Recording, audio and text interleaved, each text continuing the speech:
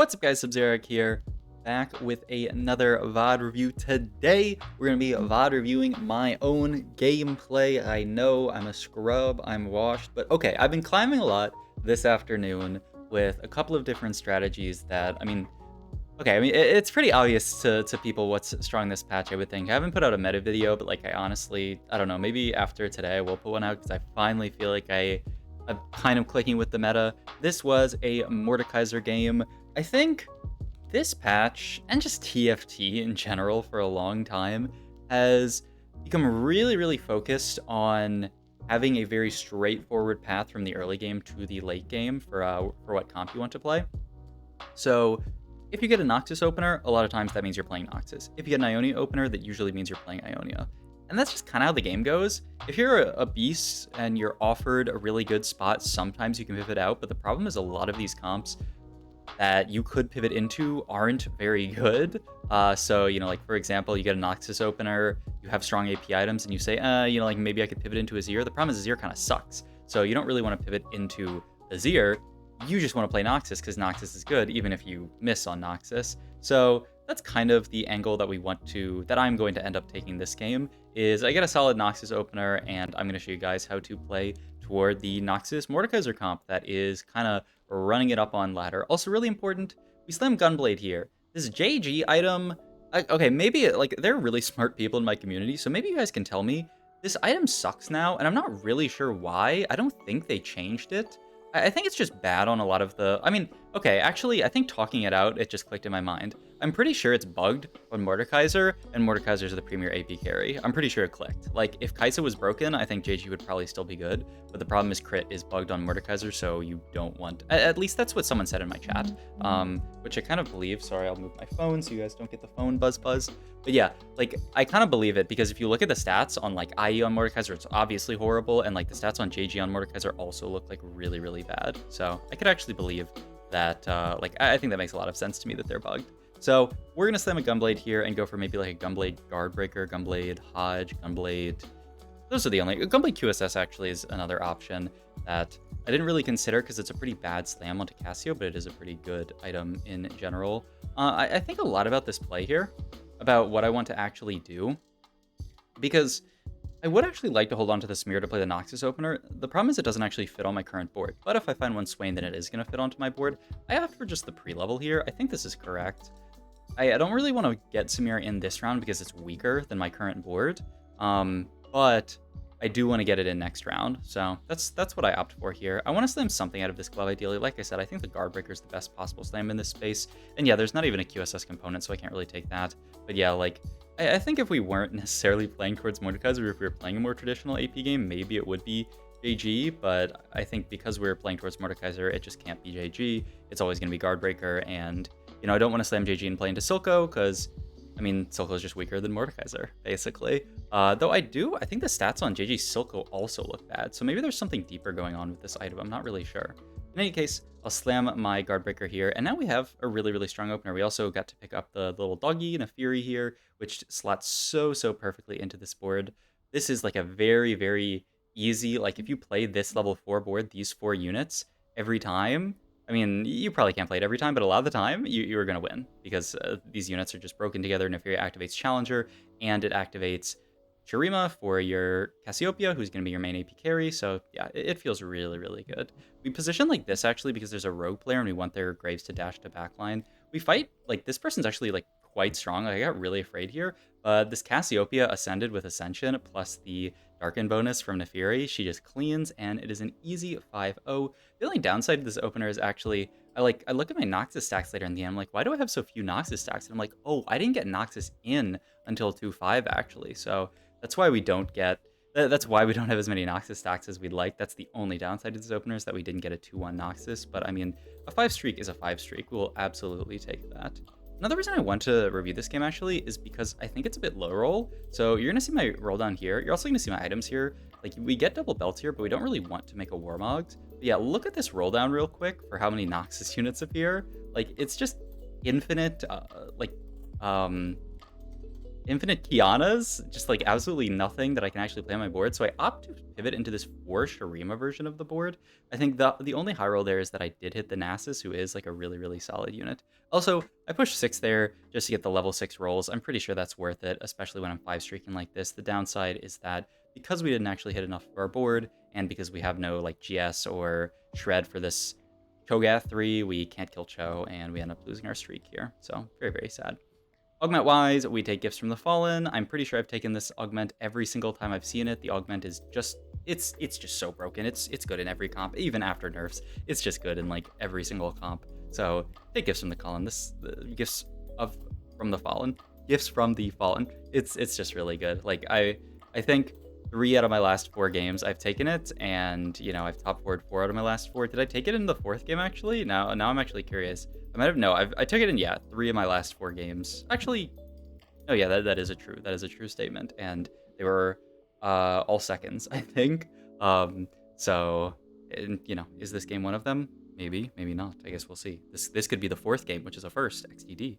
In any case, like, it's a good augment. It's a broken augment. It's very, very good. So take it anytime you get the chance to. We win that fight pretty good. You see, we fight that rogue player, but there's actually another rogue player, and so we have to position for that rogue player again. It's just pretty scary because this guy has a Graves 3, and it's gonna be very difficult to actually kill this Graves 3 on our current board because we have so few upgrades. But yeah, like this, I think, is why I wanted to VOD review this game. You know, I was looking at some like dish soap games, and like there's this crazy game that he played with the target dummy augment, the escort quest, but you know, like he just giga streaks the entire early game. It's an insane board, and it's just GG's. Like, I don't think that game's actually that interesting to review. I'd prefer to review a game like this that's actually a bit low roll. Like here, all my items that I really want here are taken. I have to take Chain Vest here.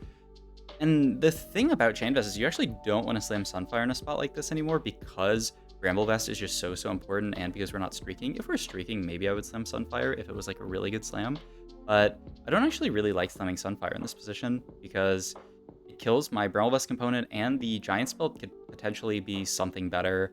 It can be, if I get like a 3rd Giant Spell, it can be Warmogs. If I high roll a Spat, it can be Noxus Spat. Obviously, one of these Giant Spells I'm holding for Gnasher's Tooth. That's going to be the most straightforward last item to build for this Mordekaiser. It's either like Gnasher's Tooth, QSS, or RFC. Gnasher's Tooth I like a lot. It's just such a good item onto him. So that's what we're gonna aim for, and then we can figure out the chain and the belt. But yeah, I just think in this meta, especially I look around in the lobby, there's at least 2 people playing Ionia. There are a few people with JG slammed. Like the utility of Bramble Vest is going to be insanely high this game. So I just feel like it's sort of like a non-optional slam. Like we kind of need Bramble Vest in this lobby, so I'm gonna opt to not slam Sunfire. And I end up losing the fight prior to this and winning this fight. I think this is something that I've been working on recently, is greeting my items harder, because the old me would have absolutely just slammed that Sunfire there. Oh, it's a good enough item, I'll just make it. The new me is saying, okay, I'm gonna hold items, wait for me hitting like perfect, not always perfect, but just really, really good items, and we get giga rewarded here with our items off of the minions. I'll look at the roll down here just for fun. We end up getting the Mordekaiser, so we can just pivot into this board. I was holding the Quinn as my +1 there. I think ideally we would get in like a Kiana here over the Quinn because it activates Rogue, but I still think pretty solid unit to get in here. But yeah, our items actually work out really, really well here. This is, if you want to say something about this game as high roll, it's how our items work out at 4-1 here. We get Declaw, Bramble Vest, and we get Gnasher's Tooth. So really, really nice how the items work out. We can put insanely good items on Nasus, and we get to put the Gnasher's Tooth onto the Mordekaiser, which feels really, really good. Only downside is actually when we reroll these augments, I guess you'll see. Oh, wait, no, I'm thinking of a completely different game now that I think about it. We get, oh, no, I am not. We see Martyr here.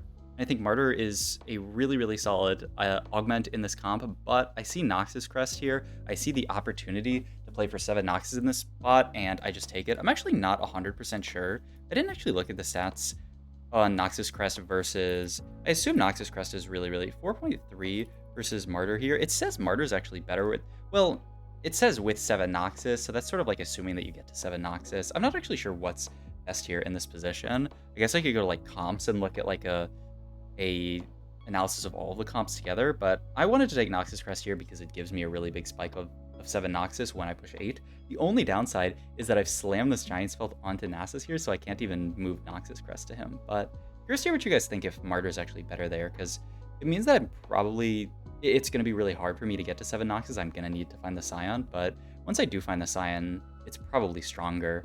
Also, just look at this fight, by the way. Mordekaiser, absolute Giga Chad. Just, I get him to wrap into the enemy backline and just kills actually everything. Oh, that feels so good, just having him walk into the backline.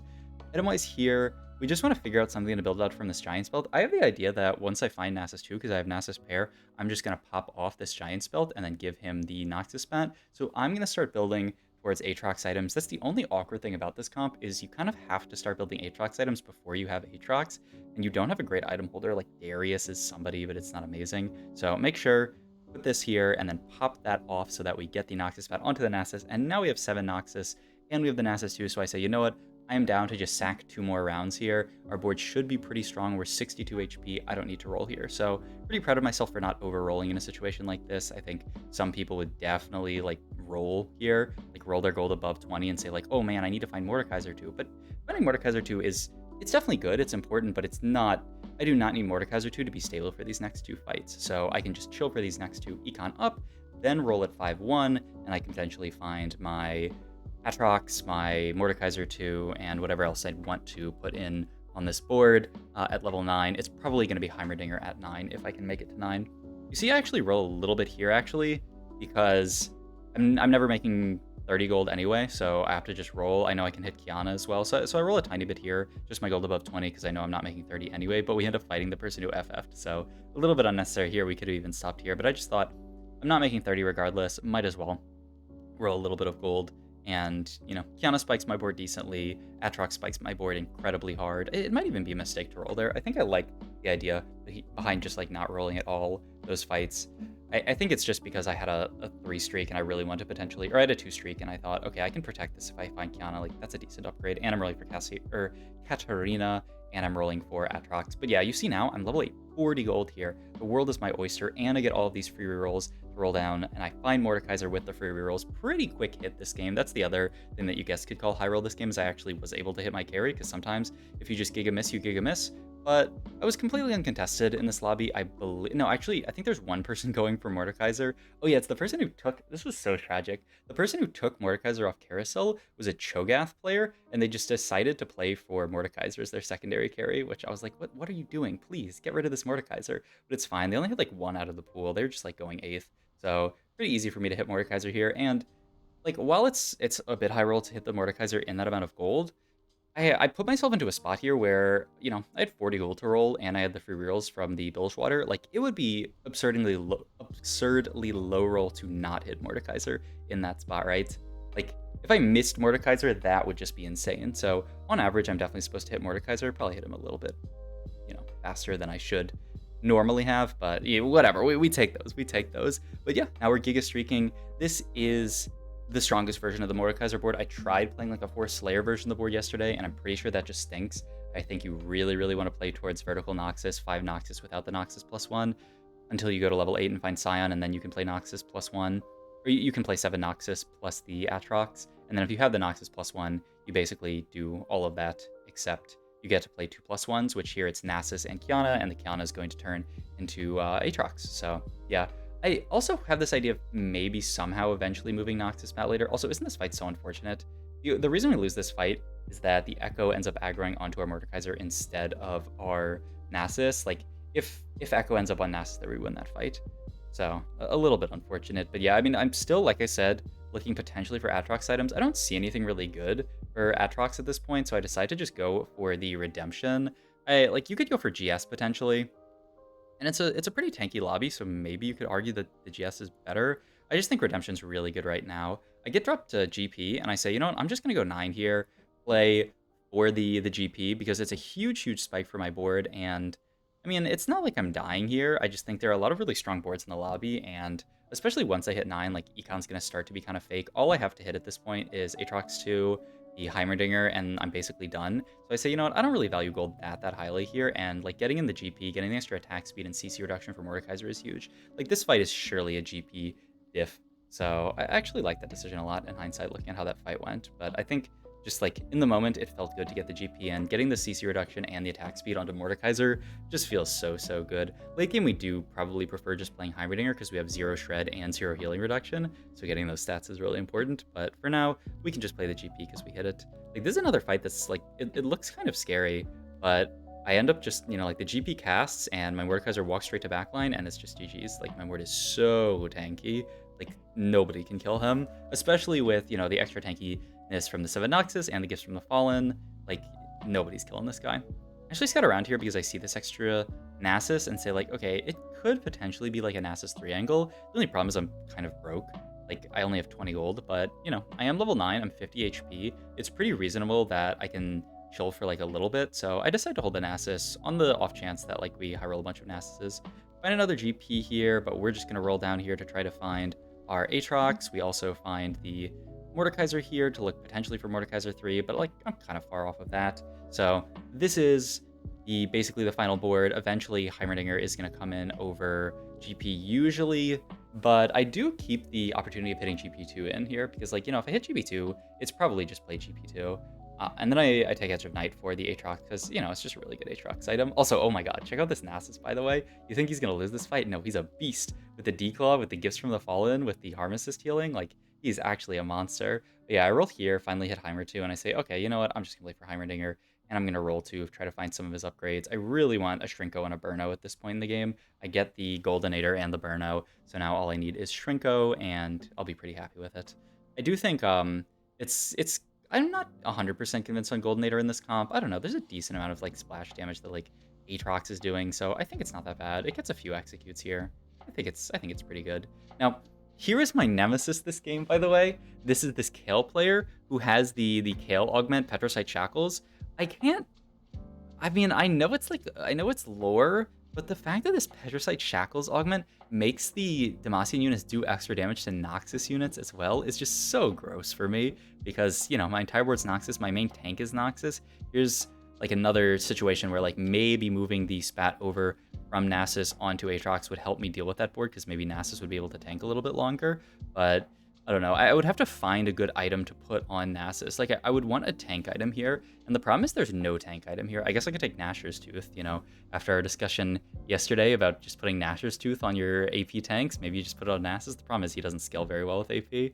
But yeah, I see, like there's no way I can actually... If I had hit, like, a Warmogs here, I definitely would have moved over the items, but because I have to take a damage item there, I'm pretty sure I just has to go on Aatrox. I guess you could make the argument that Sterax could be moved over, but then I would have to sell Aatrox, right? Because I need to remove her the Nasus. So I don't know. It's kind of awkward. I just opt to keep this setup going, and we end up fighting this rogue player again. We actually lose to them again, which is really scary because I'm 33 HP here. I see this homesick player went down to 1 HP. They are last stand, so that's why they're at 1 HP. And then this other person's at 15 HP, and I'm like, okay, surely I'm coasting to, like, a top 2, maybe a top 1 if I can beat this guy. Though I honestly really wanted this guy to die to the rogue player. I'm really hoping that this guy fights the rogue player here so that the rogue player can beat them because he just beat them. Sadly, they fight me, and it's just, the matchup is horrible for me. As you can see, we get completely stomped, can barely kill units. We kill a few at least. It's like a 4-unit loss, but then I look to the other board,